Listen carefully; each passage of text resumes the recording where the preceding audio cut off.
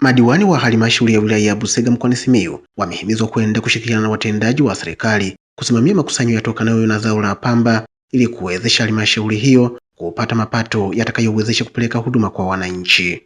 Mkuu wa wilaya ya Busega Faidha Salim ametoa wito huo wakati akitoa salamu za serikali katika baraza la madiwani wa halmashauri ya wilaya hiyo, huku akionya watu watakaojaribu kwenda kinyume na taratibu za ununuzi wa zao hilo.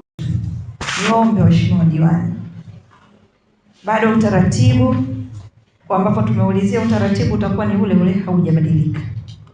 Watu watavuna pamba, kwa wale waliowekeza watavuna pamba kwenye kata zao. Haitaruhusiwa mtu ambaye hajawekeza kuvuna pamba kwenye kata ambayo hajawekeza. Kwa hiyo tuombe, tushirikiane kuhakikisha kwamba mapato yanapatikana, kwa sababu tusipopata sisi pia tuna hasara na wananchi wetu wana hasara, kwa sababu kile tunachokipata ndio tunasaidia leo hata gharama za kukaa kwenye na gharama za miradi ya maendeleo. Mwenyekiti wa halmashauri ya wilaya ya Busega Vumi Magoti anataka kuwekwa mazingira yatakayowezesha wakulima wa zao la pamba kunufaika zaidi. Yaani kama hatutahamasisha, na mimi nichukue nafasi hii kuwashukuru sana wabunge wa mkoa wa Simiyu sana, kwa moyo wangu wa dhati wamelisimamia sana hili la kutokuwa na mnunuzi mmoja kwenye kata, na sio Simiyu, tumekuwa 17 inayolima pamba.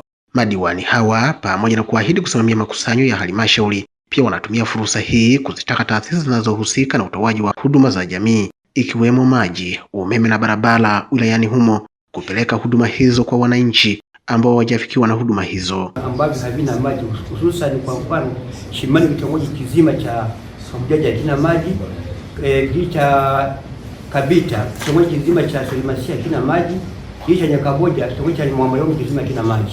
Mengine bomba zilishalazwa na kuna maeneo mengine bomba zijalazwa, kuna mitalo tu. Ni lini sasa huyo mkandarasi anakuja kukamilisha hiyo miradi? Kwa sababu sasa imeshakuwa ni miradi ya muda mrefu. Kikao hiki cha robo ya 3 cha baraza la madiwani halmashauri ya wilaya ya Busega mwaka wa fedha 2025-2026 kimetoka na maadhimio kwa madiwani hawa kwenda kusimamia shughuli za maendeleo katika maeneo yao na kufanya mikutano ya hadhara kwa ajili ya kusikiliza kero za wananchi.